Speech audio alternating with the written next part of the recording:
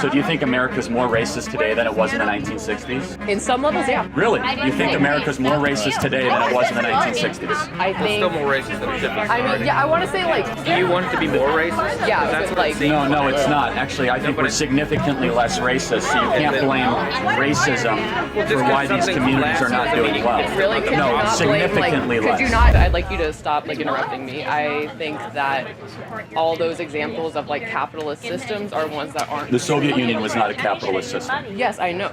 And Venezuela is not a socialist system. Sure it is. They nationalized their oil and gas reserves. They have nationalized healthcare, nationalized schooling. The government owns the means of production. How is it not a socialist country? Because because of the history of U.S. interference, socialism cannot be enacted as it should be. It also sort of functions under the guise of socialism. I think a lot of the Venezuela is still corrupt as fuck. Yeah, but can you show me any socialist country that works? Yeah, most of Europe. So maybe Norway, Sweden, or Finland? Yeah. But they're more economically free than America. How so? On the World Economic Freedom Index, they're ranked higher than America. And so what does that mean? So lower taxes, less regulation. So they're not, I wouldn't consider them to be socialist countries. They provide healthcare for all their citizens. So does Cuba. How does that work? I'm sure. Well, because they're Norway, Sweden, Finland also has a homogenous population. Oh, I want to know about this. yeah, Why do so- you think? Why is that sort of thing Yeah. promoted? Because it's 6 that to 7 you need million it? people. They don't need a homogenized society. you don't need it But what is? I don't Yeah, even can know you the because they have rationale. low rates of immigration. Can you explain to me why? And so they have less people coming in their country every year that need Medicaid equivalent type social programs. Can you explain to me why They have the having strictest immigration policies in Europe, in Norway, Sweden, Finland, and they don't pay for a national military. 70 to 80% tax rates for the highest earners, of which I oppose completely. Sweden has full school choice, which I'm sure you support, right? I don't. Oh, okay, but Sweden has full school choice. I mean, Sweden's also ranked higher on if the all world. schools are funded equally, then yeah, I would support school choice. But the fact is that schools in richer areas have better funding and thus give people better education, as opposed to poorer areas, and thus poor people who can't afford to choose that rich school, who can't commute, who can't afford the tuition, are not going to be able to get that level of education. So why is it that we've spent more on education in the last 60 years federally, but our test scores have gotten worse? Why do you think that is? Because testing is not a measure of. How about graduation rates? I mean, any metric you use, our schools have gotten worse over the last 50 So years. funding the Where have they gotten I'm sorry? Where have they gotten? Baltimore. There are 7 schools in inner city Baltimore where they can't find So one probably kid in systematic 8th grade. racism. Oh, so wait. So do you think America's more racist today than it was in the 1960s? In some levels, yeah. Really? You think America's more racist today than it was in the 1960s? I It's think. still more racist than it should be. I mean, yeah, I want to say I think net racism. I mean, Do you want it to be more racist? Yeah, 'Cause that's what like- it seems No, it's not. Actually, I think but we're it's- significantly less racist, so you can't blame racism for why these communities are not doing well. Really? Could you No, not significantly blame, less. Could you not blame, What for is your example, race metric? Well, let me look. Okay, so in the 1960s, blacks weren't allowed in the National Basketball Association. In the 1960s, the Civil Rights Act hadn't been passed until 1965. In the 1960s, blacks were not allowed to go to the same schools as whites. So, that's my metric. So we passed the Civil Rights Act in I think those are 1965. just kind of anecdotal. yeah, Oh, how about this? We had a black president elected twice in 2008 and 2012. Oh man, so since a black president was elected, we fixed racism, right? We haven't finished racism, we're significantly less racist. So the talking point of the far left is that the inequities that the black community and minority communities are experiencing is because of systemic racism. In order for that argument to be true, America would have had the same sort of amount of racism over the last 60 years or gotten more racist. Any sort of logical analysis of history would show we're significantly less racist today than they were in the 1960s. So then what is it? We live in a world where people are quick to blame circumstances. But the truth is, integrity is always a choice. Integrity is always a choice. Even in the darkness, most desperate conditions, people still have the power to choose right over wrong. They always have. I mean, history is filled with men and women who rose out of poverty with honor, not by compromising their values. Nope, but by holding on to them. Crime is a crime is not a poverty issue, it's a heart issue. It comes down to character in the end. It always does. Discipline and the willingness to do what is right, even when everything around you is hard or when nobody is looking. So no one should ever give an excuse for a wrongdoing by pointing to poverty. No. Because the moment we do that, we rob people of their dignity, their agency, and their ability to rise above their circumstances. Any level of racism is still racism, dude. I think there's individual racism, but the idea that there's widespread systemic racism does not exist. Okay, so here's an example. Do you guys want to, okay, so up until probably the mid-70s, neighborhoods could choose not to sell homes to black people. That's why a lot of black people live in certain parts of town, you would say.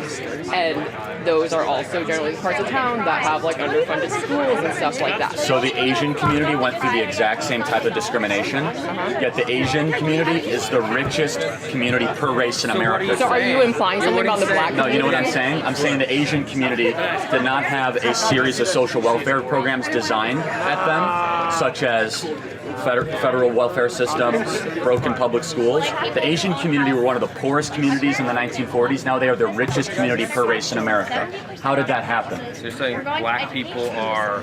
They were taking advantage. Black people are poor because of the Democrat Party, who got them addicted to government benefits, stuck them in clustered urban areas, put them in broken schools. Is that the Democrat Party did all of that? Yes. Show me one urban city where there's a Republican mayor. Show me one urban area where there's more Republican congressmen than Democrat congressmen. Like currently? Yes, or even the last 50 years. It's Democrats that run the urban cities. Oakland, Portland, Chicago, Philadelphia. But these are the most, so you said thankful, but these are the worst parts of America. The most murderous, the most bankrupt, the most hopeless are all run by Democrats. Yeah, but there's no way you can make some sort of causation if there's no sort of control for that. Yeah. You can't say it would be worse without a Republican. No, there's no way you can make that sort of inference. It's impossible. So you just can't make that inference. Okay, so when have data for it. I'm sorry. Yeah, so stop trying to make shit up. Okay, can I give you examples? No. No? Oh, you don't want facts? They're not facts. Do facts bother you? No. Okay, so you are going to make up fake facts. Republicans run cities, municipalities, and counties have much lower levels of poverty over 30 years, better run schools, more likely to balance their budget, much more business competitive. That could be cool. 9 out of 10 of the most business competitive states in America are all run by Republican governors. And Republican, yeah, it is actually. I mean, that doesn't... Utah, Nevada, Arizona. That doesn't necessarily have any sort of relevance to your point. So why would you say that the broken inner cities in America all have Democrat mayors, and the best run states all have Republican governors? Why would you say that? I would say possibly because people see that Democratic mayors and Democratic government officials can fix the broken system. Have Democrats fixed anything in the last 60 years? No. You're right. Okay. Because we've had a Republican-controlled Congress. No, we've had a Democrat-controlled president from 2008 to 2016. The president does not have ultimate power over the United You're right. States. Obama controlled the House and the Senate, passed the health care bill that destroyed 1/6 of our economy, borrowed trillions of dollars, raised taxes, grew government, and then Republicans took back the House of Representatives and honestly, eventually I don't know why you're so upset when you still have a money, dude. What do you mean? I mean, you are. I'm not upset. You're the one that just swore. I'm actually quite happy and thankful I live in the greatest country ever to exist. Yeah, excuse me for swearing. I feel like this entire get-up is just you afraid of losing your economic and white male privilege. Wait, what privilege do I have as a white person? Sunburn. No, seriously. He's just ignorant. Honestly, No. It was nice to meet you. Can I shake your hand? Yeah, but can you explain to me? It was nice to meet you. I'd like you to think about the way your actions affect other people, not just the white male people in this country, but everybody in this country. What does being a white person have to do about anything? One of the greatest problems facing this generation is the unchecked influence of cell phones. Oh, I'm serious, ladies and gentlemen. The smartphone is a powerful tool, but yet it has become a weapon against focus, depth, mental clarity, especially among the Gen Z. especially among the Gen Z, it's not just a distraction, it's a digital addiction. Their minds are constantly overstimulated by endless scrolling, shallow content, and instant gratification. You see? And as a result, attention spans are shrinking, critical thinking is deteriorating, and meaningful face-to-face communications are becoming rare. Charlie is simply speaking common sense, plain practical truth that used to be universally understood. He's not shouting radical ideas or promoting hate. No, he's just saying things not long ago everybody used to agree on. Basically, basic morality, biological reality, personal responsibility, and the value of free speech. Yeah, and yet people still hate him for it. I mean, they call him dangerous, offensive, or even hateful, not because what he's saying is wrong, but because it disrupts the carefully protected illusions that now dominate our culture. That's it, folks. That's it, ladies and gentlemen. That's what's so heartbreaking. We have reached a point in the country where common sense is now a controversy. Common sense is now controversial. Truth sounds like hate to those who hate truth. Can you imagine? And standing up for what's right makes you a target. It does. It's a sobering sign of how far we have fallen. It's a sobering sign of how far we have fallen, and a reminder of how desperately we need voices like his to keep speaking, no matter how loud the opposition may get. John 8:2 records Jesus saying, "I am the light of the world. Whoever follows me will not walk in darkness, but will live in the light of life." They will live in the light of life. And this is a powerful statement that reveals Jesus as the ultimate source of illumination, both spiritual and moral. Both spiritual and moral. Because, ladies and gentlemen, in a world often shrouded in confusion, in sin, and despair, Jesus offers a guiding light that leads us out of darkness. To follow Jesus means more than just believing in him. It means embracing his truth, his ways, his life. Walking in his light means living in his word with clarity, hope, and purpose, free from the blindness of sin and ignorance. You see, this light isn't just about avoiding darkness. It's about stepping into a life full of meaning and eternal hope. Yeah. And Jesus promises that when we follow him, we will never be lost or alone, because his light continually leads and sustains us. Yeah, continually. God bless Charlie. His patience is truly remarkable, and his ability to teach is a gift.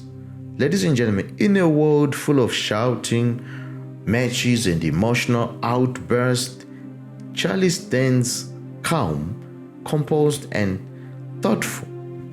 He doesn't just argue, but he actually explains. You see, he doesn't mock, he reasons. You see, even when faced with hostility or ignorance, he responds with clarity and with grace. That kind of patience is not natural. It's spiritual.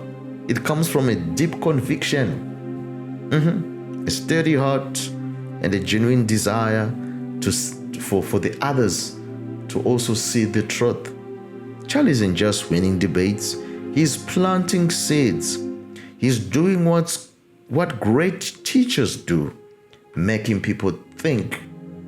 That's what he's doing, challenging them to rise higher and doing all with a level of respect that's rare today. Yeah. So my greatest desire, above all else, is that one day they will come to know God, to truly encounter God, and to find in Him peace that surpasses all understanding. I long for them that they may lay down their burdens, their fears, and their restless strivings, and find the rest, find the refuge, and the grace that's available in Jesus Christ. Amen.